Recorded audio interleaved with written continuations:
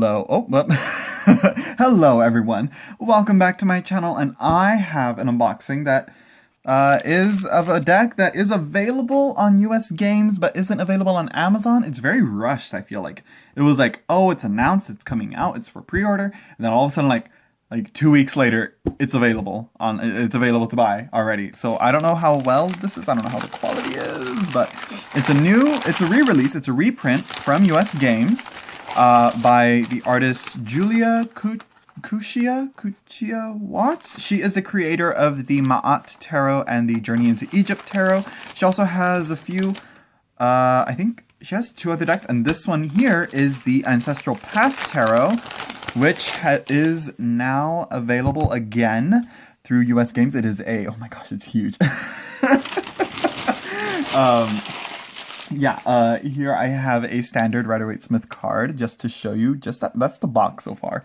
And I am ready. Okay, I may have to zoom this out a little bit. So let me just zoom this out. Sorry for the shaky cam right there, but I just didn't want to.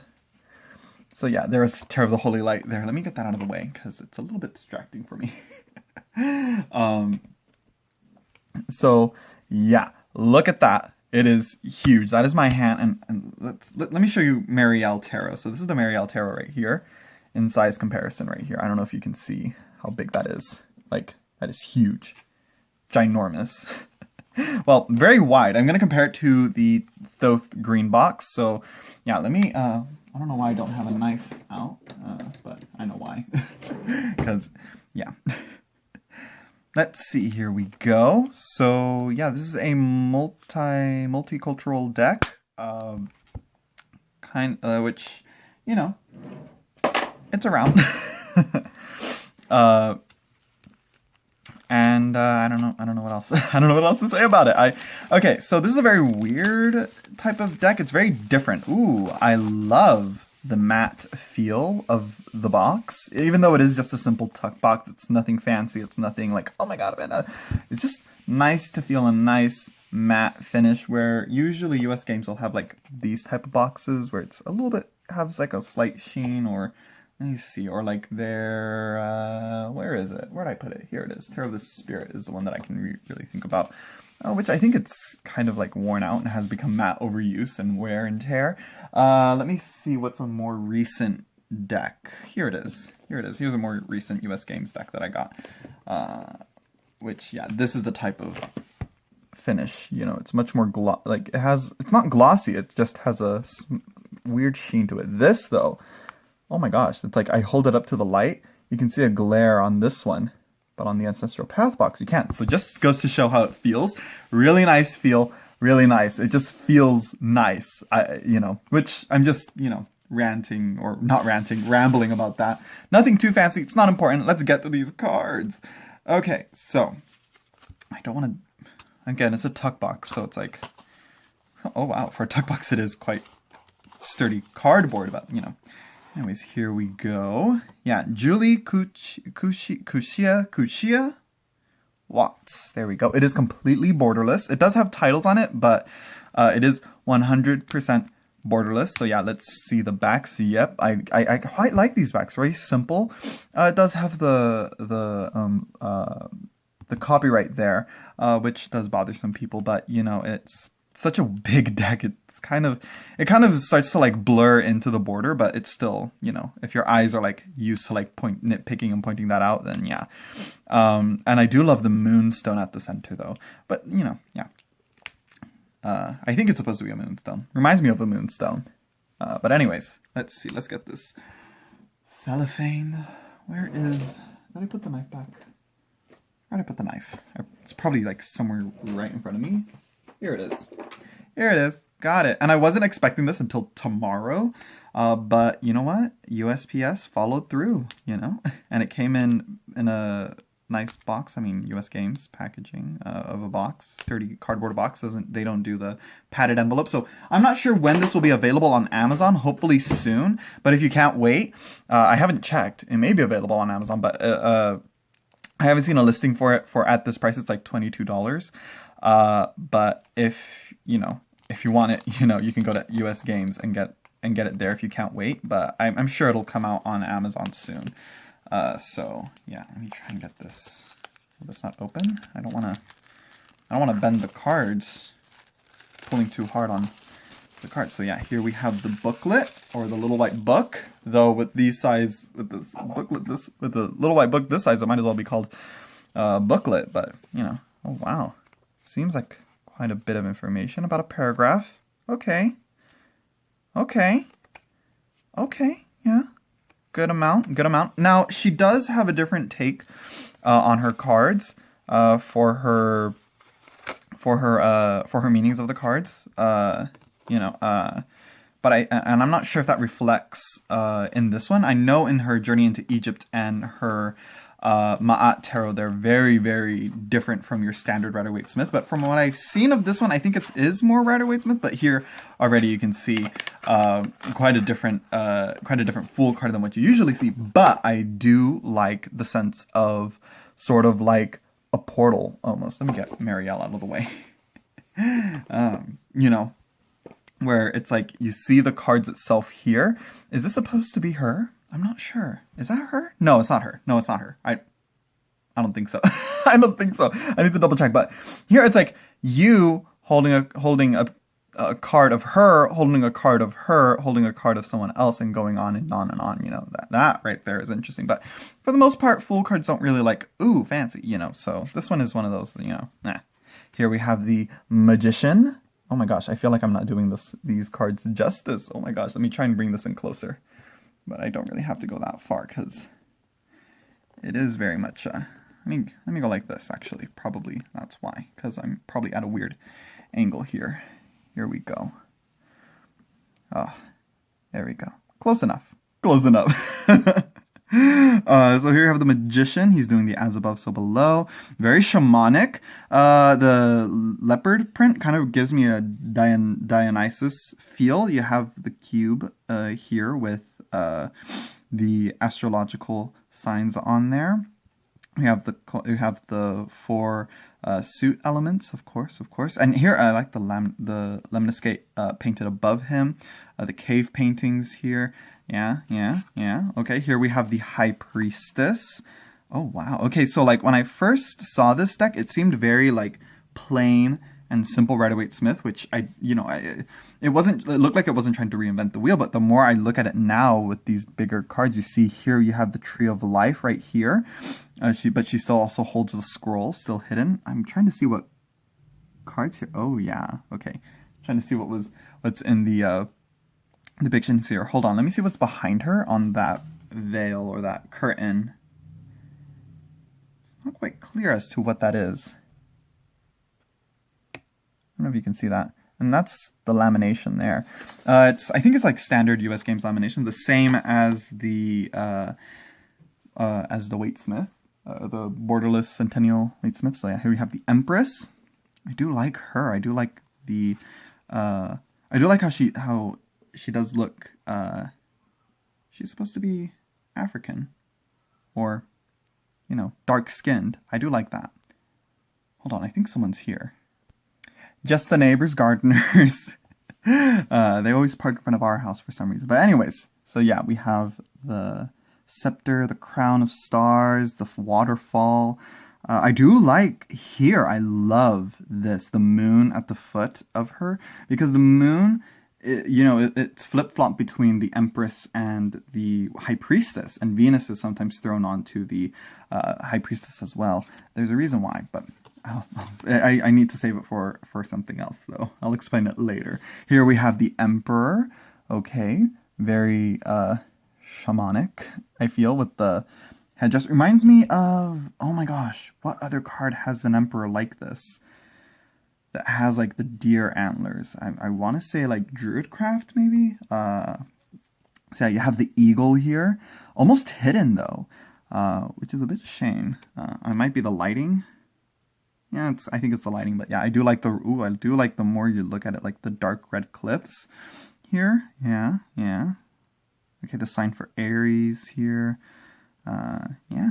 All right. So yeah, you do see traditional Rider-Waite-Smith, but differently. Here we have the Hierophant as much more feminine Hierophant here. A woman here instead of a male, I think. Yeah. Yeah, here we have the lovers.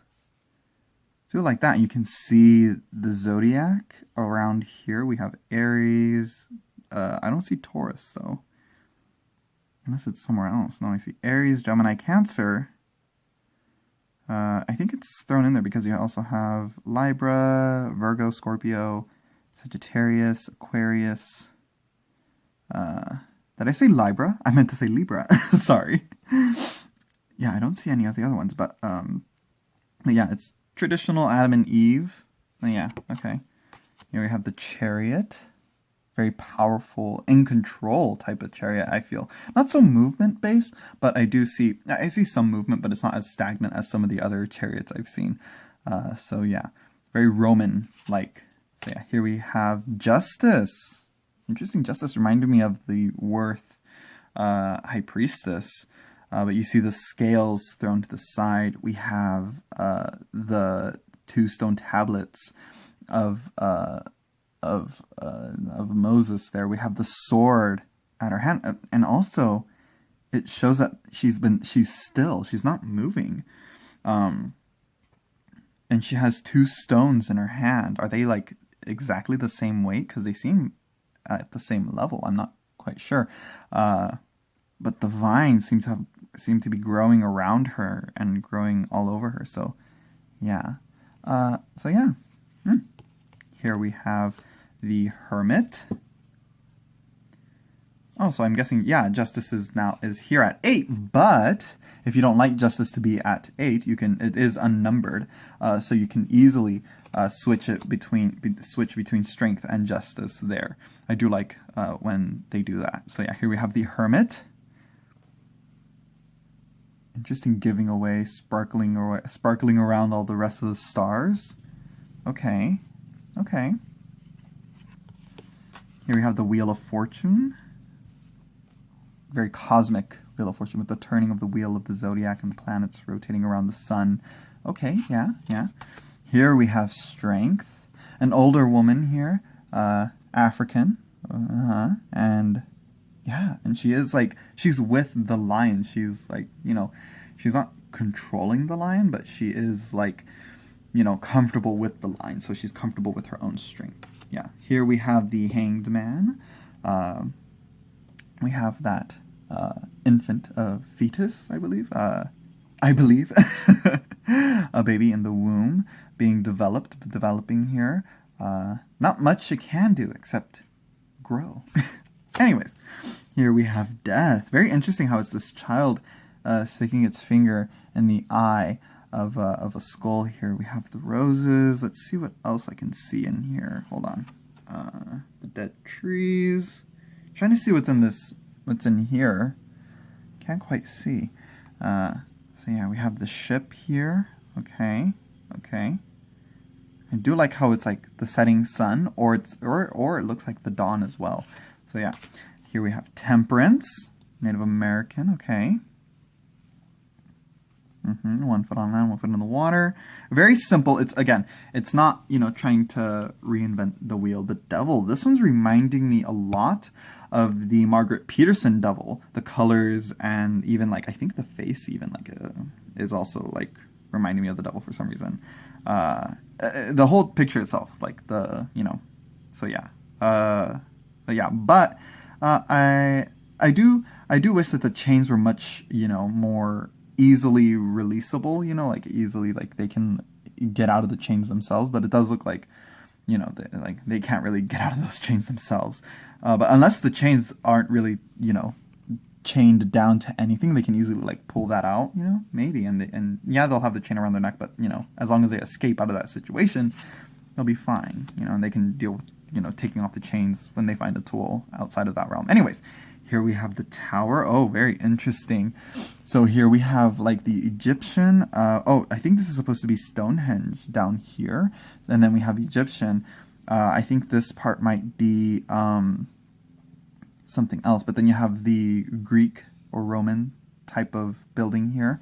And then you have, I think this part right here might be something else, but I'm not quite sure. Then you have like the cathedral and then the modern building. I do like, this reminds me of in the series, the Tapestry series, where there's like a giant building city thing that's like the Great Pyramid, and then like I don't know what else, like the oh my gosh, what's it called? I can't remember, but it's like very big, popular, famous structures built on top of each other, one on top of the other as well. So yeah, anyways, here we have the star, again, Native American.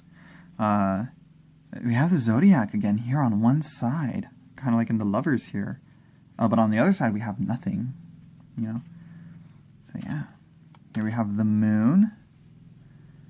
Okay, again, Native American again. It kind of matches up with that. I wonder what the sun looks like. I can't remember. Oh yeah, Egyptian.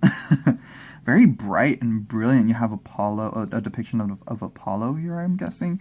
And you have the Egyptian here as well. I'm not sure if this is supposed to be a reference to a different culture, maybe, but I'm not sure. But point is, the sun. I'm not sure if you can see if there's anything in there, but it is just a blinding, great, brilliant light. So yeah, here we have Judgment. Okay, very interesting. An awakening, sort of. Yeah, she's waking up. Oh, that is interesting, because you do see like the bed, and then one bed on top of another, but she's escaping that, and she's going off. So I think that's what that is. Looks like it. Anyways, and then we have the world. Very simple, you know. Very put simply, it's the world, you know. So yeah. Now we're going on to the minor cards. So here we have the King of Swords, and I believe each of them are, if I saw something correct when I saw the little white book, I did see that that they might be, you know, representative of something. Let me see here. Let me see. King of Swords, yeah. Here we have the King of Swords, Izanagi. Creative skill, intellectual prowess, using the sword as a tool rather than as a weapon. Emerging from chaos or confusion with a plan of action. Action following thinking and planning. Weakly aspected. Okay, yeah, weakly aspected.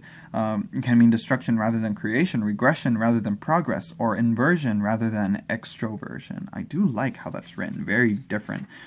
So, yeah.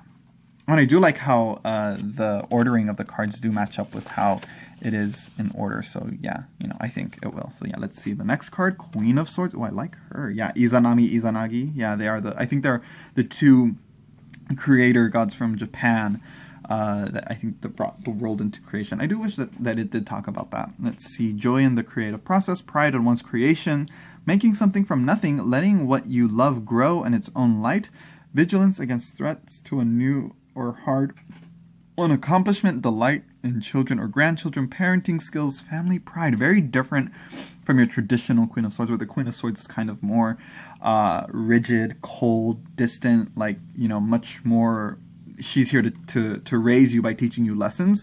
So let me see if she, oh yeah, she does. I think she does here. Because I think she might have switched the elemental association. So let's see, the four suits representative of cultures of four racial groups. Japanese are swords, Egyptian staves, British cups, and Native American sacred circles. Each culture is portrayed during a distinct historical epoch.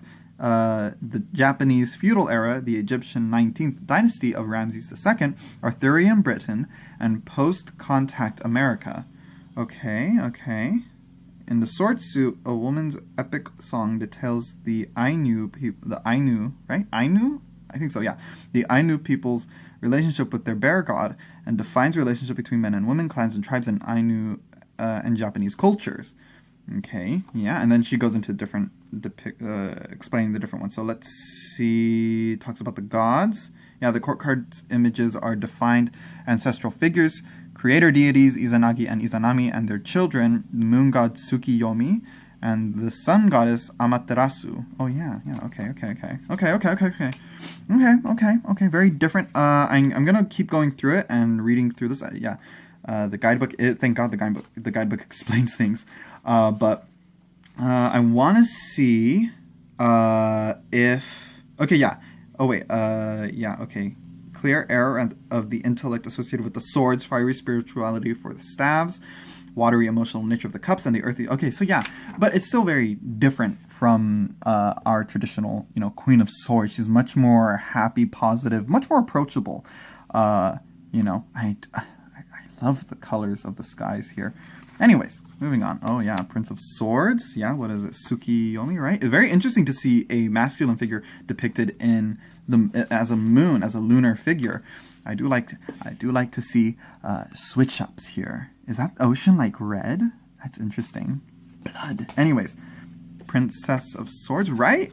Right? Am I wrong? Right? Yeah, Amaterasu for the Princess of Swords, a spiritual warrior victory following an inner conflict of the soul, the quiet aftermath of an initiatory experience, repose after struggle, basking in the warmth of the sun, processing the lessons of the sword, realizing its duality as a tool or a weapon. Yeah, you see the Japanese blossoms here, very well, very beautiful. Anyways, here we have the Ten of Swords, right going into it, just like, boom, there you go. So you do see something different here with, you know, an assassination here, I think. But it's overkill, I think, is what might be associated here. Here we have the Nine of Swords. Okay, I do love to see a Nine of Swords that show stress and all that, not necessarily like gore and pain all throughout. You know, this is more, you can see like the stress and the strife, and she's like struggling with something. I think she maybe I don't know. I have to read the guidebook, and I don't want to keep going back and forth. But you know, anyways, I don't want to spend too long on these. Yeah, here we have the Eight of Swords. Yeah, she may feel entrapped. Yeah. Moving on, we have here the Seven of Swords. Okay, not so much like the thievery kind of look here, but you do see the smug face on him. But yeah, okay.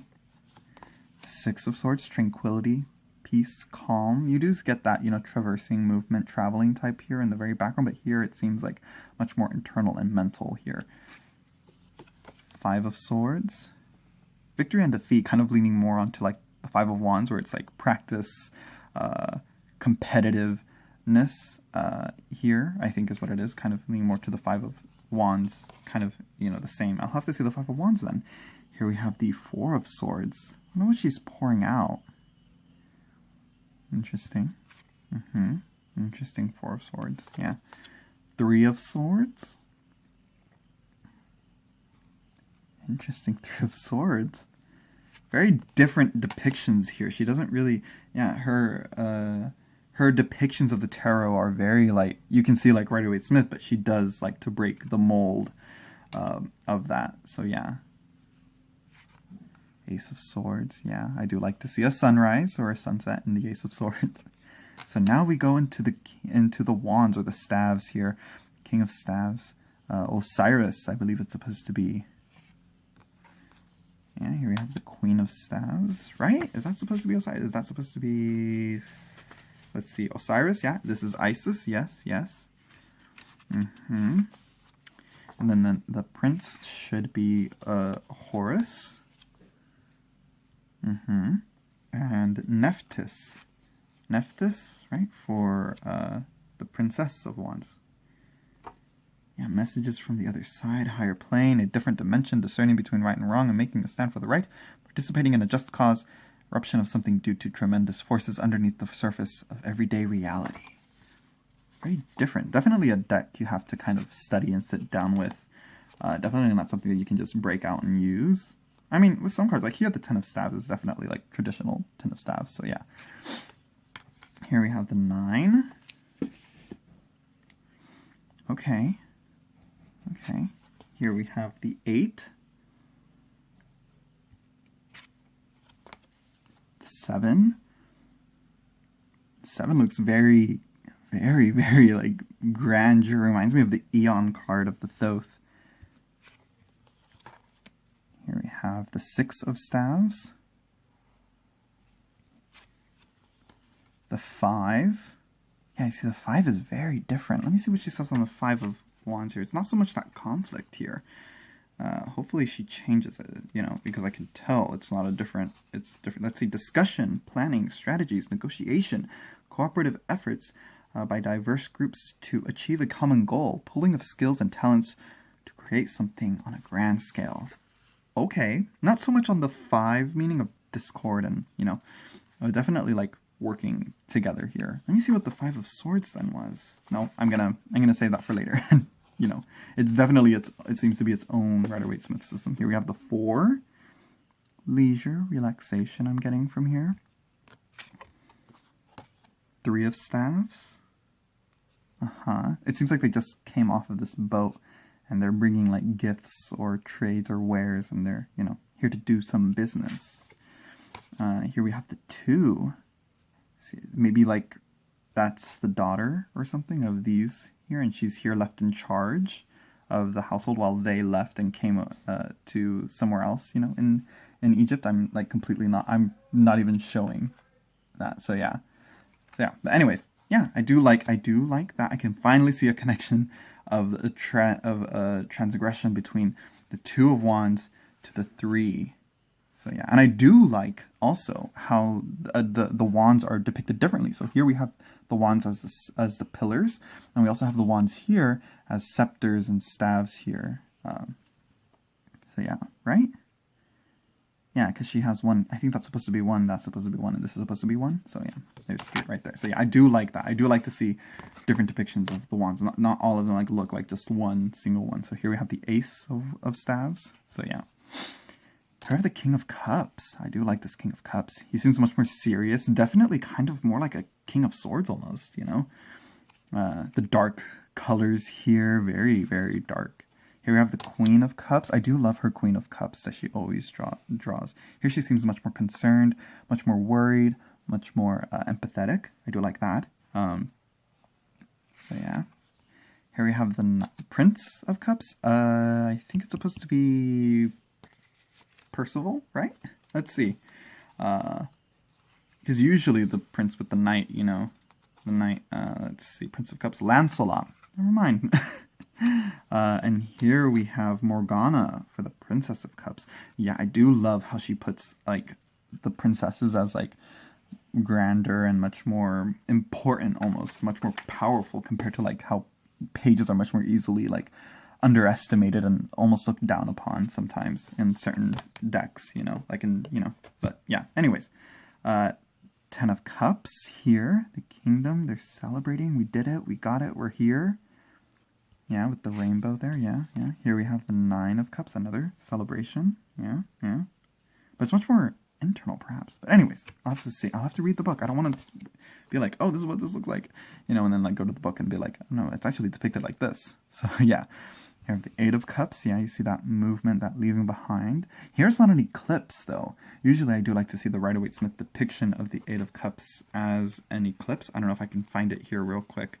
But you do see the same posing as the Rider-Waite-Smith, but you do see that she kind of throws in her own little twists and, you know, details that, you know, change and make it more uniquely her own. So yeah, there you go. You see, I do like to see it. For some reason, I was like, this is the moon itself, and then that crescent along the moon is the sun being eclipsed within that. So yeah, but you do see the same feeling here, and I mean, it is very similar to Rider-Waite-Smith. Here we have the Seven of Cups.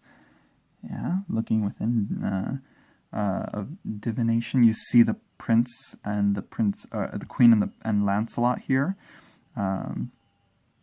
Let's see, I wonder if these are different depictions here.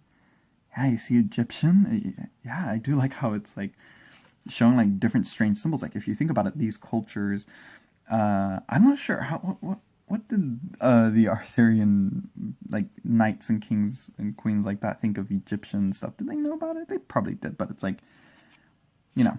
Anyways, you see the cross cultures showing up here. You see Native American there. Not sure what else, but yeah. The Six of Cups. Okay, I see more of a student teacher here. Okay. The Five of Cups. Is that supposed to be...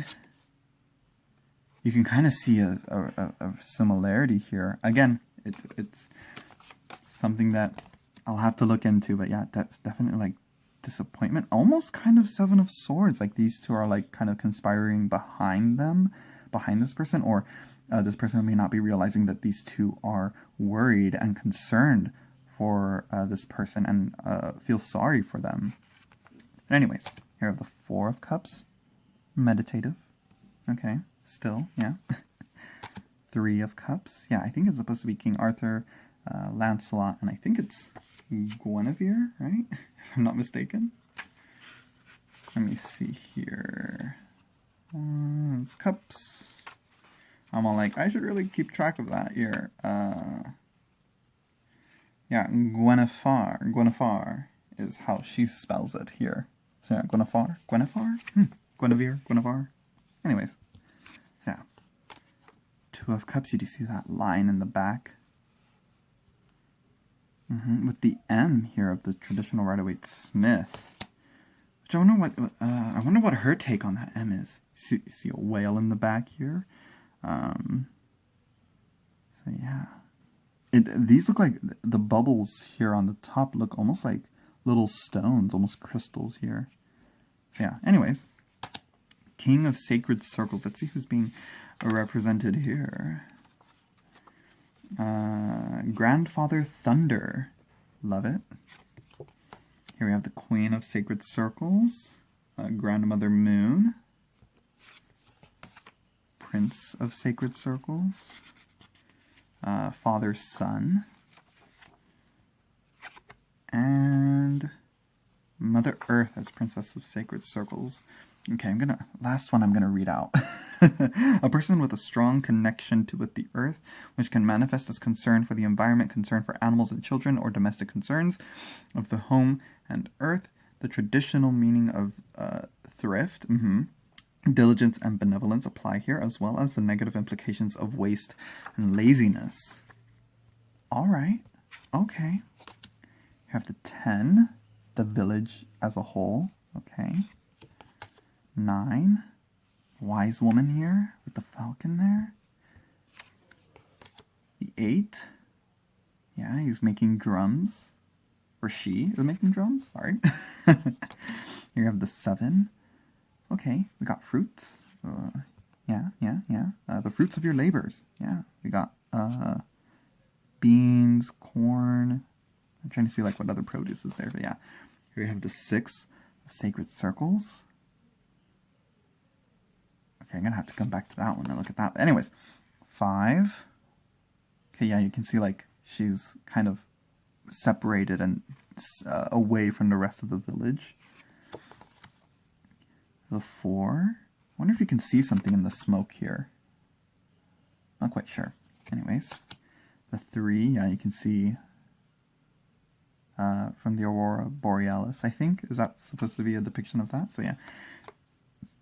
The 2, you can see a bond of the human and the animal, or the spirit animal, I guess is what's being shown here. In a shamanic trance, I guess. And the Ace. Very beautiful. I kind of want to... I don't know how many cards can fit in this, but let's see. Alright, so enough of that. Let's get to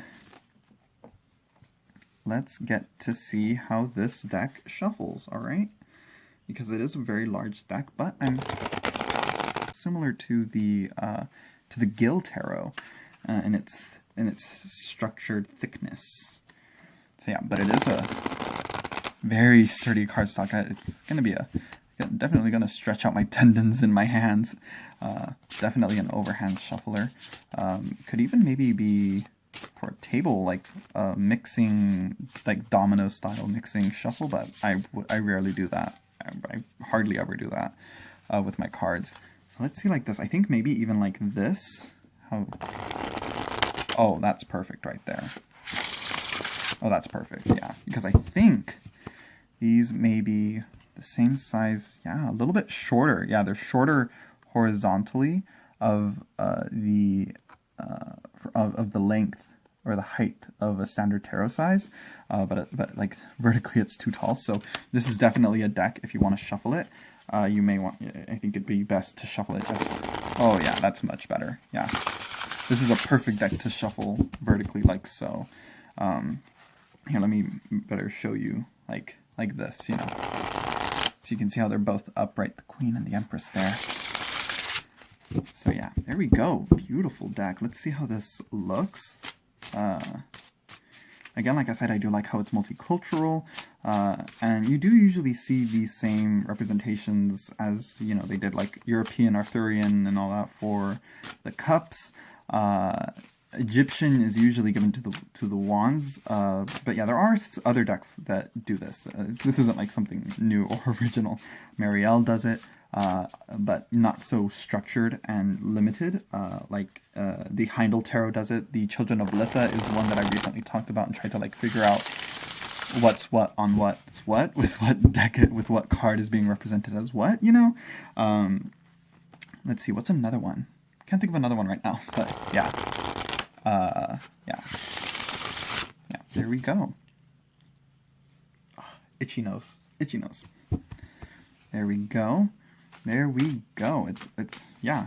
It is gonna be you are gonna have to shuffle it like this. It's much easier like that, and it's structured and sturdy enough that it feels right. Like, you know. So there you go. Let me pull this camera back real quick. Let's see if we can't get some cards out. See how many cards we can lay down here. Oh, look at that, the Ace of Cups. Sorry for the lighting. There we go. It's because the box was there covering it. Oh my gosh. I was like, oh, I really like that Ace of Coins, like the blue and the red and the yellow mixing up there, or right there. And of course you show up. But I do see a circular reference here. Circles are stalking me now.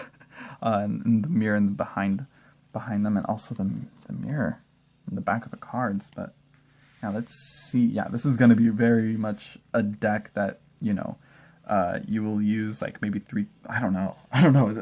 It is a very big deck. Let me see how many cards I can fit, if I can, on the table. I know. Yeah, it's just really wide.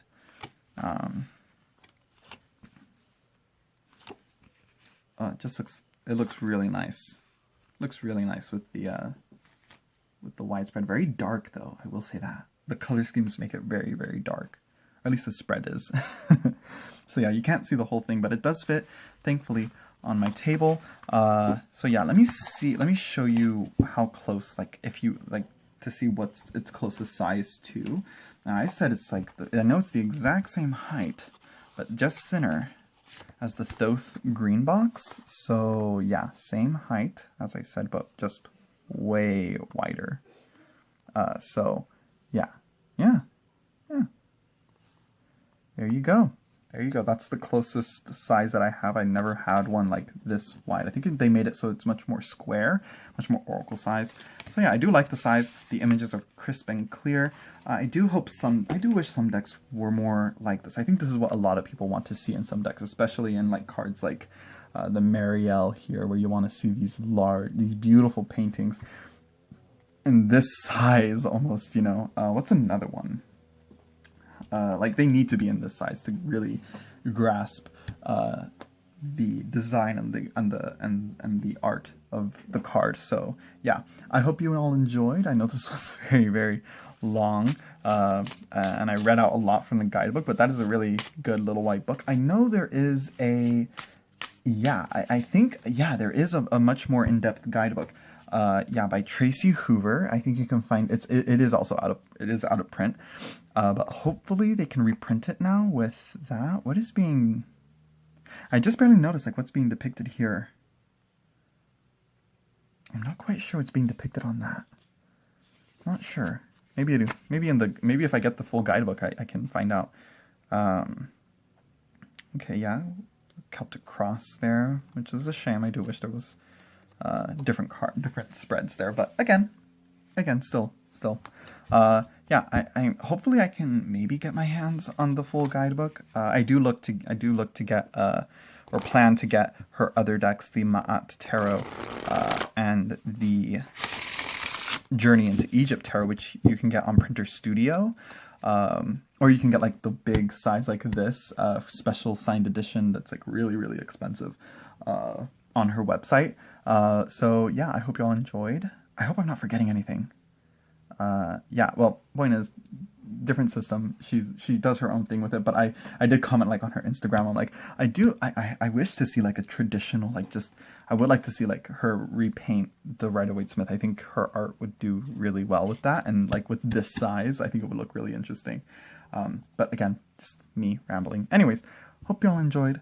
I will see you all later. Hopefully with, I don't know, Friday book club. There we go. That's one. Yeah. Hope y'all enjoy.